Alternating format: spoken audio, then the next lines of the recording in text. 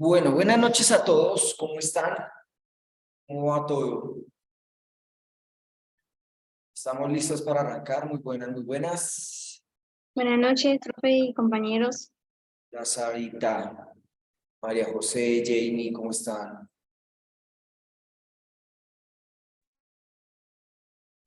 María Hola, José, profe, buenas noches. María José, hola Jamie, Compañeros, profesor, buenas noches. hola Daniel, Hola, profe. Hola, compañeros. Buenas hola noches. Jamie. ¿Ya tuviste o nada? Nada, profe. No. Que salga ya. Sí. Bueno, antes de que empecemos nuestro ejercicio,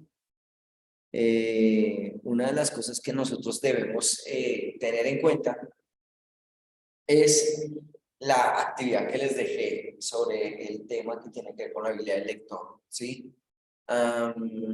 Bueno, cuéntenme un poquito, porque la clase pasada pues no alcanzamos a hablar porque teníamos que hablar un poquito sobre Corintios y adelantar, pero qué importante podría ser que me compartieran la experiencia de leer sin capítulos y versículos y leyendo de corrido, ¿sí? Me gustaría saber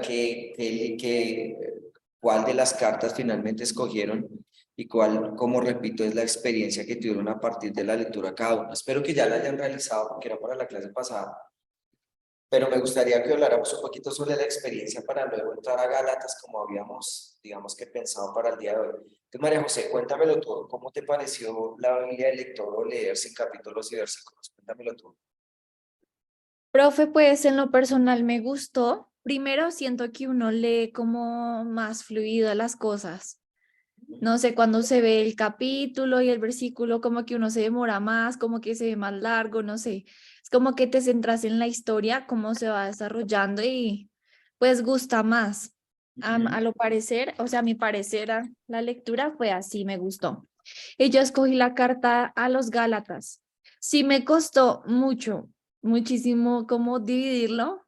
Sí me costó, que uno está acostumbrado a que de una uno ya ve la división, o que Sí, los títulos te dan una idea, al menos, sí. pero sí, sí me costó bastante. Pero ahí pues hicimos el trabajo, profe, y no me gustó porque siento que a uno le rinde más leyendo. No tiene como la primera que voy a leer un capítulo y entonces voy a llegar al primero. Sí, de pronto. Exacto. Y en cuanto a Gálatas, viste, porque es lo que vamos a trabajar hoy en Gálatas, que es tesa para trabajar en Gálatas hoy. Señor, ¿me preguntaste algo? Sí, ¿qué tal te pareció el tema de los Gálatas? ¿Viste desde ahí, aprovechando que vamos a dar Gálatas? Pues lo vi de una manera diferente, pero como siempre el apóstol Pablo poniendo ahí como a Cristo y su convicción súper, súper marcada y el fundamento que hay en nosotros como la iglesia en Cristo. Entonces, tal vez sí lo vi de una manera más pronunciada, pero sí se parece, obviamente es como igual a la Biblia, entonces, Sí, no, total. Y en el ajá. tema de las divisiones me dices que te costó un poco, ¿no? Sí, mucho, porque uno pues está acostumbrado a que, por ejemplo, en mi Biblia yo tengo una Biblia de estudio y al inicio dice de una vez la división, todo del La libro. estructura En cambio, si uno no ve ni siquiera un título de ayuda ni nada, pues es más difícil. Ok, chévere, listo. Muy bien, María José, Jamie. Hola, profe. Nuevamente.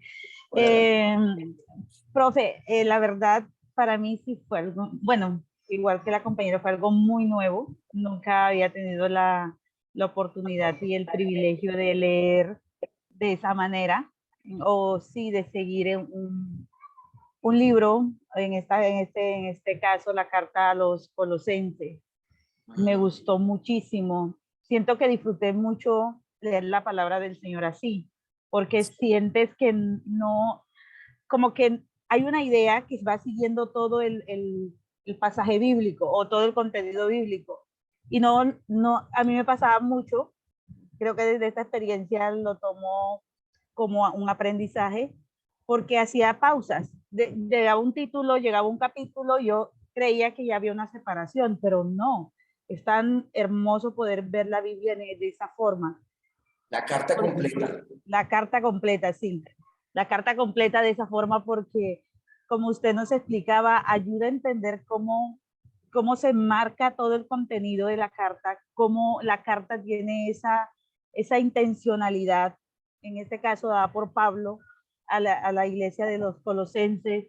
Entendí muchas cosas que de verdad yo no había entendido, lo disfruté, quise darle en los temas, no sé si, bueno, ahí hizo unas cosas como que tratando de interpretar lo que se estaba dando, pero muy satisfactorio el trabajo de esta manera. La verdad es muy bonito y gracias a Daniel que nos compartió todo el Nuevo Testamento desde esta, bueno, sí, el PDF que nos envió es muy bueno.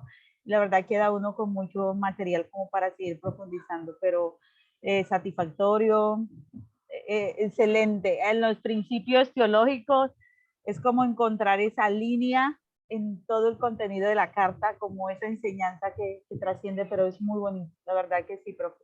Muchas gracias. Súper, súper. Esa es la idea, Jen. Sarita, ¿cómo te fue?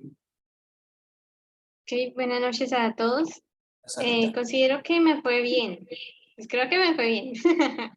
Ahí veremos la nota. A ver. Pero creo que estuvo chévere, sí, estuvo chévere uno mirar cómo fue escrita la carta y ver cómo mentalmente una estructura mientras la leía. Pues a mí sí me gusta hacer como esas estructuras para entender mejor, digamos, las cosas, porque mientras iba leyendo yo decía, pero es que esto ya lo dijo antes. Entonces uno puede ver ahí como la intención del autor en enfatizar en ciertas cosas. Y ya fue cuando empecé a hacer la estructura que yo decía, está hablando de 3 temas principales. Y bueno, la carta que escogí fue la carta dirigida a Tito, que pues no es tan larga, pero me salieron 11 partes, o al menos así lo dividí yo. Eh, y bueno, habla de 3 temas principales y uno sí puede ver cómo que está dirigida a Tito especialmente, porque está hablando a un pastor o alguien líder de la iglesia. Y pues no sería lo mismo, por ejemplo, una carta general a toda la iglesia, o bueno, no sé, de pronto, cuando uno le habla a una persona específica y se exhorta, enseña, no dejes que nadie te menosprecie, no dejes que tal cosa. Entonces empieza a decir ahí el apóstol que escribió, empieza a decir que uno debe dar testimonio en la vida diaria, desde los ancianos, pero también las mujeres, también los jóvenes. Entonces uno ve ahí también incluida la iglesia en general y dice las razones, o sea, dice el porqué de las cosas. Y ya es el segundo, no sé, el segundo y tercer tema, que básicamente es guardarse de las falsas doctrinas o de los falsos profetas, los falsos maestros que quieren añadirle cosas a lo que ya tiene el cristianismo o al judaísmo, y también expresa la razón de por qué uno se debe guardar de eso y por qué uno debe eh, dar testimonio en la vida diaria, y es por la gracia de Dios. Entonces enfatiza esos 3 temas y así resumo la carta a Tito. Entonces fue chévere hacer este ejercicio. Esa es la idea, que sigan trabajando ese tipo de ejercicios que los va a enriquecer. Alexander, ¿cómo nos fue con el tema de la Biblia del lector? Hola, profe, compañeros, bien. ¿Me escuchan? Sí, sí, señor. Sí. Ok, perfecto. Bien, gracias a Dios, bien. Lo difícil para mí fue como esos conceptos que uno ya tiene, como diría prejuicios, no, sí, como conceptos que uno ya se hizo, Sí, ya etiqueta tal carta y que tal es el tema, pero pues luchando un poquito contra eso, ¿no? sí, sí. ¿Cierto? Porque uno ya se conoce hasta los títulos que no son de la Biblia, pero están ahí, uno ya como que más o menos sabe por tema. Y no es que uno sepa mucho, pero sí la verdad, yo escogí a Santiago, escogí a la carta Santiago. Entonces, algo muy bonito que hasta le expliqué a Sarita y vine y le dije, venga, mira lo que me pasó estudiando Santiago. Resulta que me salieron 7 temas 7 temas en toda la carta. No coincidieron con las de la Biblia, los apartes que hace la Biblia, no, pero yo los aparté más o menos temáticamente. Y me salieron 7 en donde el tema principal quedó en toda la mitad de cuartas. El primer tema y el séptimo tema tienen que ver, y el tercer tema y el cuarto tema, perdón, el segundo tema y el cuarto tema, mejor dicho, ¿cómo le explico? Me salió como un paralelismo, como esos que trabajamos en hebreo. Ajá. Así, me salió un Trabajo conmigo paralelismo. en hermenéutica, acuerdes, no me saque de la cola. Bueno, en el primero con el último, el segundo con el cuarto y el de toda la mitad. Y el de toda la mitad era el tema principal, pues según yo, porque amplió más, bueno, en fin. Y me Sí, pareció bonito porque no forcé, o sea, no forcé el texto a que tenía 6 temas, venga, saquémosle otro. No, sino que me fueron dando, me dieron 7, luego me di cuenta que el primero tenía que ver con el último, el otro con el otro, y el de la mitad yo dije, tengo que resaltar el tema principal, el aspecto teológico que dijiste, y sí. lo resalté, pues lo encontré en toda la mitad. Eso me pareció bonito, y yo creo que son de ese tipo de cosas que uno descubre, y que ahí es cuando uno se da cuenta, profe, que la Biblia es como un gigantesco mar que tiene todavía mucho que decirnos y mucho que enseñarnos, y tenemos todavía mucho que estudiar. Me pareció bonito el tema, muy, muy especial, muy importante, sobre todo muy práctico, el tema de Santiago. Es un tema muy práctico y chévere, me edificó bastante. Súper, súper chévere, esa es la idea. Dani, creo que con su merced terminamos. Falta Mercedes. Ok. Hola, profe, buenas noches. Qué pena, tengo problemas con el internet hoy. Tranquila, Mercedes. Perfecto. Bueno, si has alcanzado a escuchar algo, Mercedes, estamos hablando de la experiencia que tuvimos con la Biblia del lector y con las divisiones que hicimos pues en el trabajo como tal. Cada uno está compartiendo un poco su experiencia a partir pues del ejercicio práctico que hicimos.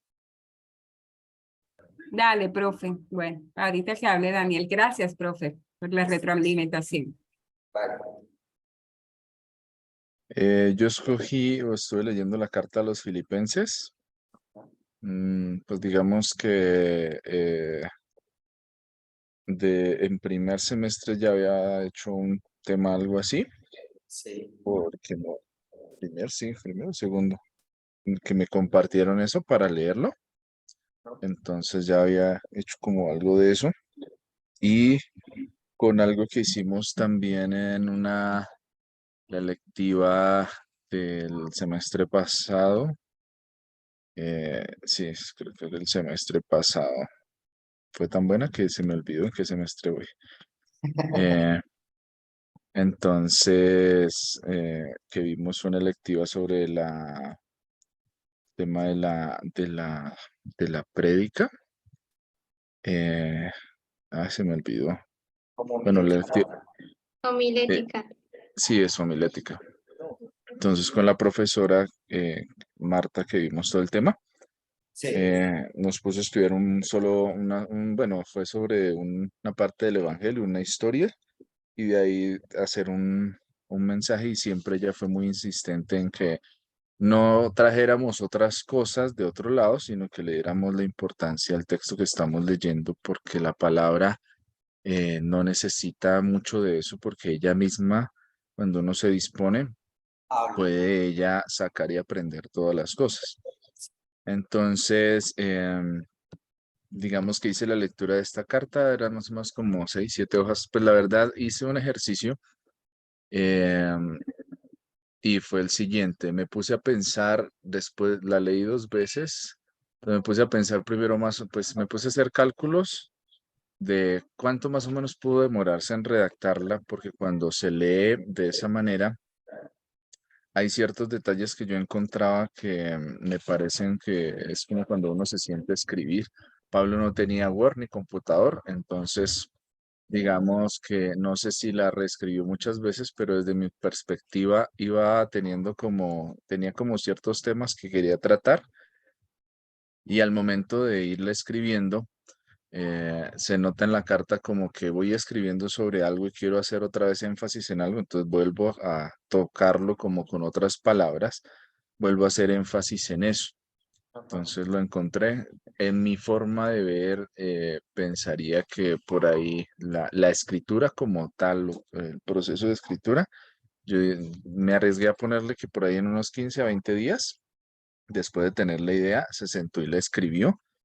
Sí, por días iba escribiendo como partes, la leía y decía, me falta esto y ahí le iba escribiendo.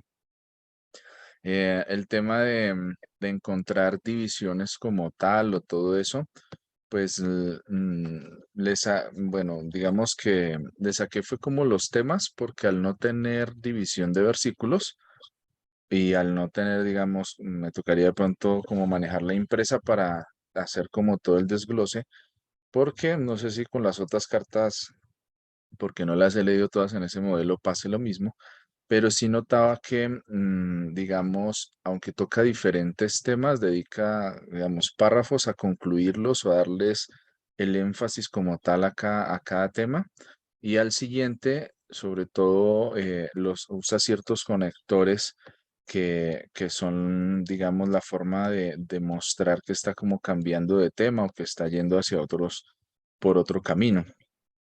Entonces, digamos que encontré, bueno, diferentes temas y sobre todo lo miré desde la perspectiva de unos llamados de atención que él hace a través de esta carta.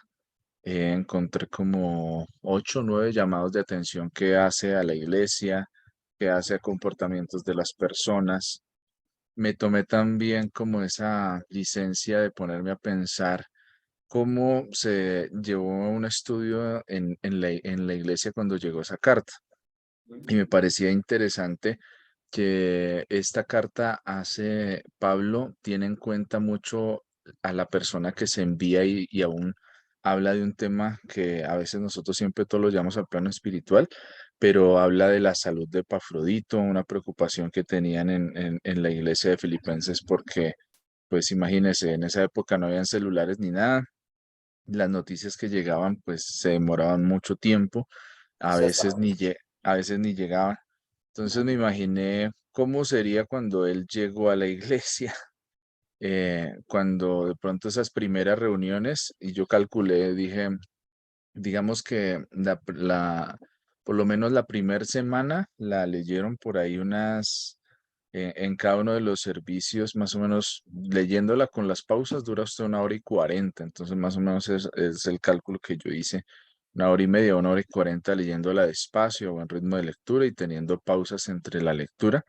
Pero también pensaba que después, de pronto el proceso que hayan desarrollado en la iglesia es empezar a leer y a tomar tal vez párrafo por párrafo y empezar a mirar qué es lo que el apóstol, bueno, quiere o nos escribe a nosotros particularmente para que reflexionemos y para que empecemos a crecer, porque pues nosotros tenemos la facilidad de tener muchos textos para estudiar en la escritura, la Biblia completa. Ellos no tenían esa facilidad y solo tenían, digamos, ese envío de Pablo. Entonces, digamos que pues para mí fue chévere eso, poder estudiar así, poder concentrarme en el estudio de ese texto y empezar también algo que, bueno, yo le escribí ahorita lo que John Alexander decía, bueno, que viene como con esa costumbre. Yo lo he visto como que a veces uno viene como con muchas mañas de cosas y que a veces uno se ha perdido la oportunidad de descubrir realmente la escritura y aprender más bien que la escritura sea la que le hable a uno y no uno utilizar la escritura, ¿sí? Porque por lo general estos días que he estado hablando con personas que están, digamos, en la preparación de bosquejos para ciertas cosas que se están desarrollando, lo primero que veían bosquejos que me pidieron el favor de revisar es que cuando a uno le dan un tema, lo primero que uno hace es busque todos los versículos que tienen que ver con ese tema. Y entonces, después de buscar todos los versículos, entonces empiece a usarlos, a hilarlos en la prédica y ya. Esa es como la forma en la que de pronto uno ha venido acostumbrado. Y pues no que sea mal, pero realmente me parece que así le perdemos el sabor a la escritura. Y a veces pues caemos en los errores que caemos habitualmente de tergiversar los textos, de usar que la escritura haga lo que yo quiero. Entonces, digamos que tuve como esos 3 momentos para hacer de esta carta y después ya sacar, por supuesto, los resúmenes. Pero otro detalle que encontraba es que a veces nosotros, digamos, para nosotros a veces ciertos detalles de la vida de las personas que nosotros lideramos no son tan importantes ni tan relevantes, porque siempre lo llevamos a que, ¿no? El Señor es el que, digamos, hablando de la enfermedad, el Señor es el que nos sana, el Señor es el que cambia todas las cosas. Pero ahí en esa carta se ve muy puntualmente cómo hay aún una preocupación, eh, hay una preocupación por el tema de la salud de una persona que forma parte del equipo ministerial. Y eso también es importante aún hacérselo saber a la congregación y a veces hacérselo saber no es malo, sino que también redunda en bendición para ellos. Listo, muy bien, muy bien. Ese es el tipo de ejercicios que muchas veces podemos deducir cada uno a su manera, ¿no? Escuchemos ahora a Mercedes. Hola, profe, gracias. Bueno, profe, estuve trabajando sobre la segunda carta de Pedro. Bueno, ¿por qué escogí de pronto la segunda carta de Pedro, así de, como decía Daniel, como referencia en semestres anteriores? En otra materia, pues, hablé un poco de esta carta. Y pues me llamó la atención un versículo en especial y que, bueno, me referiré seguidamente. Dicho eso, tengo que seguir con la forma en que hice la aproximación, y es que de pronto estudié la carta haciéndole una interpretación, no sé, por decirlo de algún modo, como sincrónico jurídica, o sea, como si estuviera yo recibiendo la carta en el día de hoy.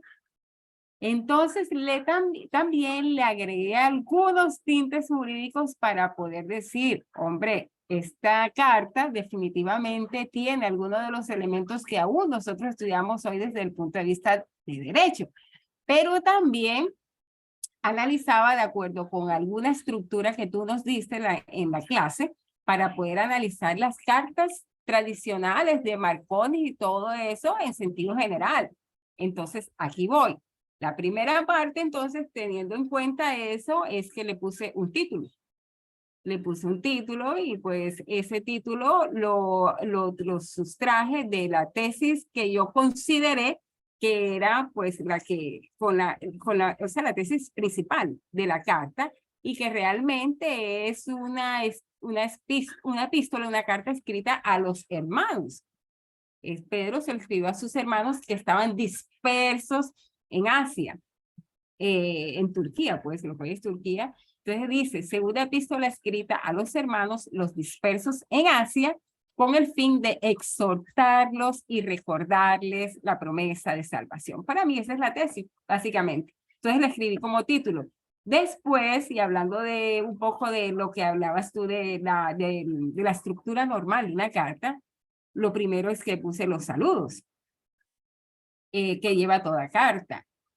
Bueno, en la primera parte, que dije, escrita a los hermanos, es los destinatarios, ¿cierto? Esa estructura, pues, tú no las recordaste, de por allá de primero de primaria. Después viene una segunda parte que le puse, las motivaciones. Las motivaciones de la carta, lo que nosotros hoy normalmente conocemos como de pronto la justificación, o no sé, en una investigación. Pero acá las motivaciones es muy importante porque aún una ley o un tratado, por ejemplo, tiene motivaciones. ¿Y por qué yo creí que esa era la parte que hablaba de motivaciones? Porque por la terminación de los verbos, ojo, en español, porque lo hice sincrónico, o sea, estoy hablando de mí, de mi español, no hice referencia ni a griego ni nada por el estilo. Entonces, hay varios verbos que se utilizan cuando se exponen los motivos en una ley o en un tratado. Hay varias terminaciones de verbos que tienen esta parte en los versículos, en este texto. Y él dice, habiendo, poniendo, o sea, el endo, ando y endo. Esa es una terminación definitivamente encuadrable en las motivaciones de cualquier tratado o de cualquier texto. Por ejemplo, conscientes de que estamos en tal cosa, habiendo intentado tal cosa, poniendo tal cosa. Entonces aquí ponen las motivaciones, habiendo huido de la corrupción, poniendo toda diligencia por esto mismo. Entonces eso lo encuadra en motivaciones. Seguidamente vienen una tercera parte, que es las exhortaciones, por ejemplo, para una vida digna. Ese fue un título que puse porque también resalté algunos verbos que hablan del imperativo, como por ejemplo, añadid, procurad. Entonces esos verbos hablan obviamente de algo que se exhorta o que se refiere a la forma imperativa. La cuarta parte, para pues ya ir un poco más rapidito, dice el legado de Pedro. Ese es otro título, lo dividí obviamente como en subtitulitos. Entonces el cuarto subtítulo es el legado de Pedro previendo su partida con el Señor Jesucristo. Yo le preguntaba a Daniel en el trabajo, Daniel, ¿será que uno puede cambiar el orden, poner una parte de los párrafos al final y como mejor dicho, hacer un juego de eso? Entonces Daniel pues dijo, bueno, lo que consideres, pero lo dejé así. Entonces como esta parte habla de despedida, entonces creería yo que esta parte debió estar al final de la carta, sin embargo está en la mitad, que es cuando ella se está despidiendo y está diciendo que lo que desea una vez se muera, lo que desea que sigan haciendo los discípulos. Entonces ahí dice el legado de Pedro previendo su partida con el Señor Jesucristo. Los títulos para mí fueron un poco sugestivos, pues ya te explico por qué. El quinto subtitulito habla, ustedes son testigos del cumplimiento de las promesas de Dios. Ustedes son testigos del cumplimiento de las promesas de Dios, porque hace referencia a esa parte, ese pedazo. O sea, aquí no lo tengo con versículos ni nada por el estilo, porque ni siquiera, o sea, no los miré para nada, ni siquiera como referencia. Entonces no sé por dónde voy en versículos. Entonces dice, en esta parte habla de los diferentes encuentros que tuvieron los diferentes protagonistas que él menciona allí con el Señor Jesucristo, cómo lo conocieron, que algunos en el monte Tabor, cuando la transfiguración, etcétera, Entonces, por eso yo le puse ese subtítulo. Ustedes son testigos del cumplimiento de las promesas de Dios. El sexto subtítulo es descripción y condenación de las malas influencias. Me animó a ponerle esto de las malas influencias. ¿Por qué? Porque estaban encubiertas. Y ellos mismos sabían de pronto que eran malas influencias, y por eso dije, bueno, ¿cómo condenso todo eso en un título? Entonces, realmente algo que no se ve, pero que es mala influencia. Y que él hace una descripción de lo que le pasa desde, mejor dicho, desde Sodoma y Gomorra y antes de ello, a las personas que están encubiertas y que realmente son malas influencias al pueblo de Dios. Este es el más largo, extensísimo, porque él hace una descripción impresionante sobre las consecuencias de seguir pues las malas influencias.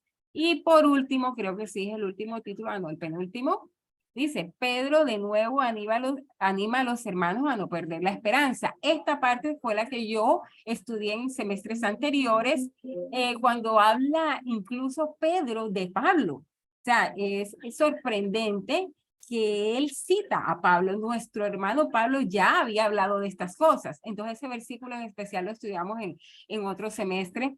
Y por eso yo hablé de eso, porque realmente citando a Pablo, Pedro lo que hace es recordarles la promesa y que por lo tanto no deben perder la esperanza de nuevos cielos y tierra nueva. Tierra nueva, y bueno, eso. Y por último, ahora sí es el último, el octavo subtítulo, que es la salvación es alcanzada a través del poder de Dios y de la paciencia de Cristo. Sí, realmente yo pensaba que el legado y la muerte podía ser la parte final, pero si viéndola como puse yo este título, realmente es un final muy chévere, porque dice, la salvación es alcanzada a través del poder de Dios y de la paciencia de Cristo. Los principios teológicos, hiciste referencia de pronto a que sacáramos los principios teológicos. ¿Cómo saqué yo los principios teológicos? Bueno, algunos fueron los títulos que él puse, los subtítulos que puse, y otros pues eran la idea principal de cada uno de los párrafos. Así saqué 5 que voy a verlos de manera rápida. Dice, por la gracia y poder de Jesucristo, el cristiano participa de una naturaleza divina y santa. Segundo, el cristiano debe vivir como elegido por Dios. Tercero, somos testigos del cumplimiento de las promesas de Dios. Cuarto, el creyente genuino debe permanecer en la fe en Cristo. Quinto, la promesa de un cielo nuevo y una tierra nueva permanece en Cristo. Y por último, la salvación es alcanzada a través del poder de Dios y de la paciencia de Cristo. Pues eso, el ejercicio estuvo excelente, profe. Muchas gracias por la oportunidad. Es una súper... ¿Ustedes vieron lo que hizo Mercedes? ¿Se acuerdan de la hermenéutica? ¿Cómo se llama eso? ¿Se acuerdan de eso? ¿O no? Hay una combinación de crítica textual y gramática contextual.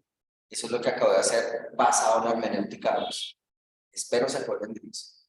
Muy bien, Mercedes. John Alexander, dímelo.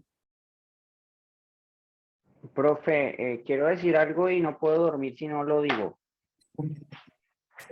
Yo quiero decir que el ejercicio estuvo muy bonito en cuanto a leerlo sin, bueno, como lo hicimos de corrido, como una carta, pero quisiera de pronto referirme al comentario del compañero Daniel y diferir un poquito con el pensamiento que él está planteando.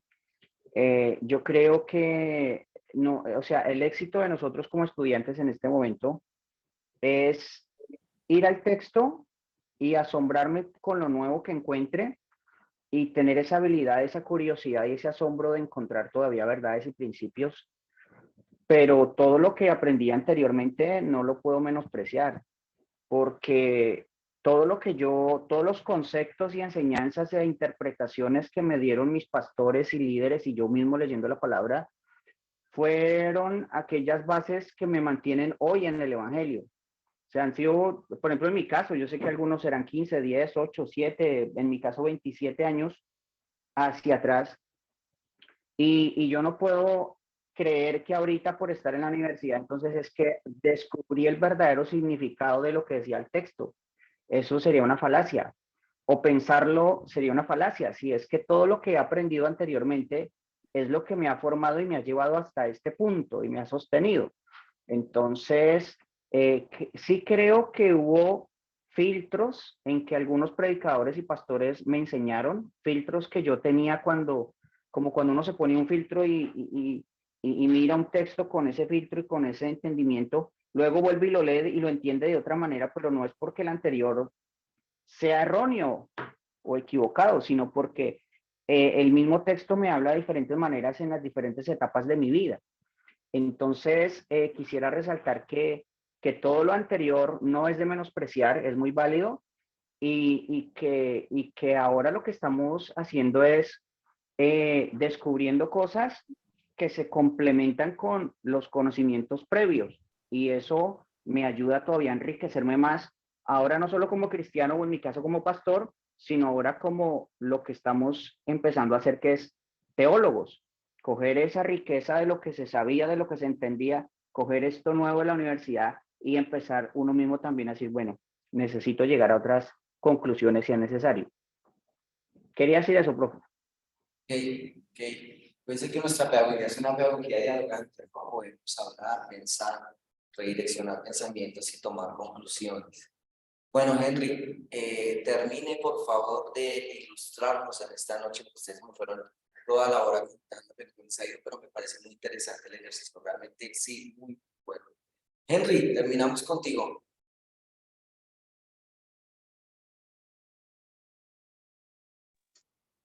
Profe, buenas noches y compañeros, Señor les bendiga. ¿Me escuchan? Sí, señor, perfecto y claro. Tengo dificultades con la señal, profe, qué pena con usted. Bueno, yo estuve trabajando la primera epístola de Juan, me estuve acercando a esa carta. Nunca lo había hecho, la verdad, tengo que confesarlo, nunca lo había hecho, fue una experiencia bastante novedosa. Cogí el texto y pues comencé a trabajarlo de acuerdo a lo que iba viendo. Es una carta relativamente corta y alcancé a sacar 5 divisiones de esa carta. Hice el ejercicio como el profe nos lo indicó. Quedan 5 minutos, entonces no creo que me pueda extender mucho. 5 puntos estuve trabajando. Voy a hacer de pronto aquí una corta introducción frente a lo que trabajé. Al respecto, tengo lo siguiente. Cuando se lee la carta primera de Juan, sin divisiones de capítulos y sin versículos, la experiencia es transformadora e innovadora.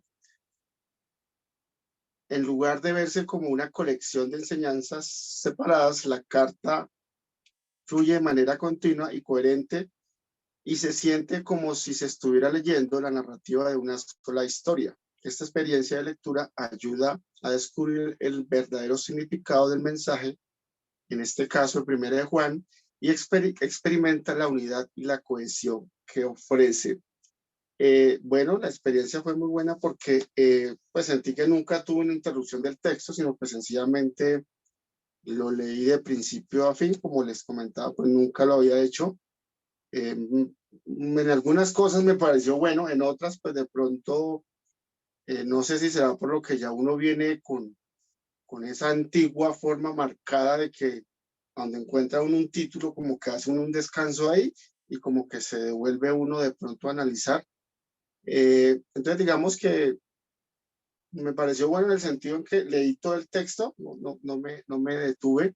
Sin embargo, tengo que reconocer que en mi caso personal, creo que los subtítulos ayudan mucho, los capítulos, los versículos, en mi caso, ayudan mucho.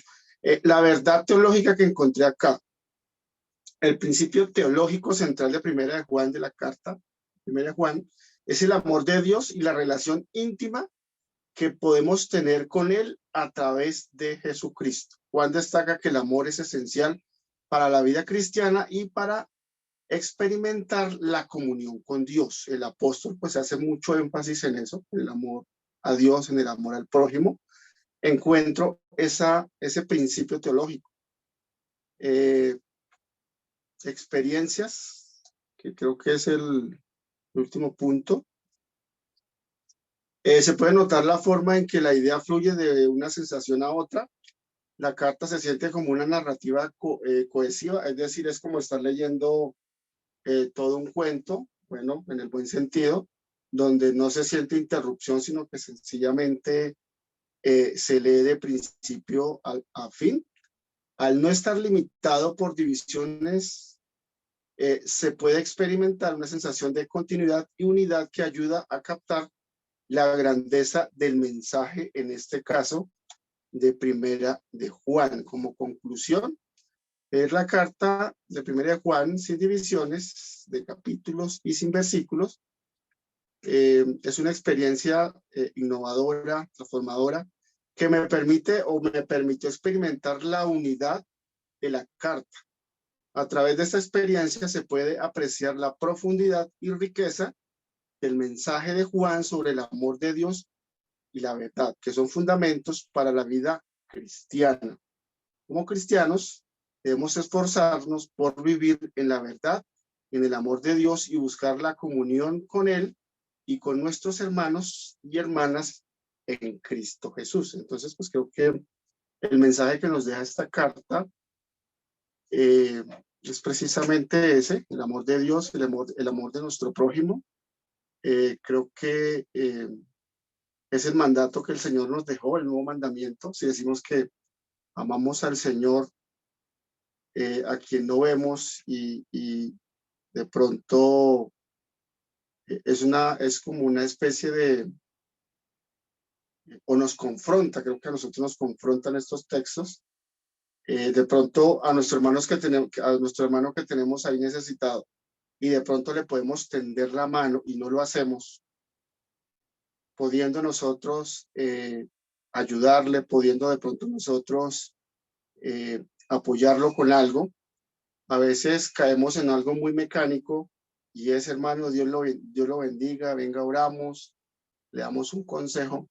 Pero resulta que a veces tenemos algo con qué compartirle, con qué darle o algo que darle y no lo hacemos. Entonces creo que el mensaje transformador de esta carta nos invita precisamente a amar al Señor, pero también a expresar ese amor a nuestro prójimo. Entonces, pues la experiencia fue bonita, profe y compañeros. no lo había hecho y tuve la oportunidad. Lo hice así corto porque creo que el tiempo ya pasó. Era eso, profe. Está bien, vale, Henry, muchísimas gracias. Bueno, muchachos, como ustedes lo acabaron de nombrar, nos vemos confiando en Dios el miércoles y trataremos de ver 2 o 3 cartas ya, digamos que seguidas, para que el tiempo, pues que ya nos quedan prácticamente estudio 2 semanas reales y nos quedan la de exámenes y ya nos va a permitir concluir este semestre pues de la mejor manera. Entonces nos vemos confiando en Dios el miércoles. ¿Listo? Bendiciones a todos, pórtense bien. Profe, una preguntita, profe. Señor.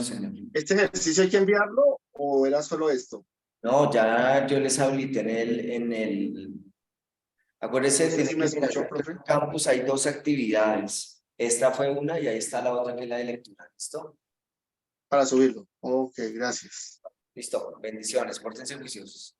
Gracias. Bendiciones. Gracias, Chao, profe, nos vemos. profe, gracias. Descansa.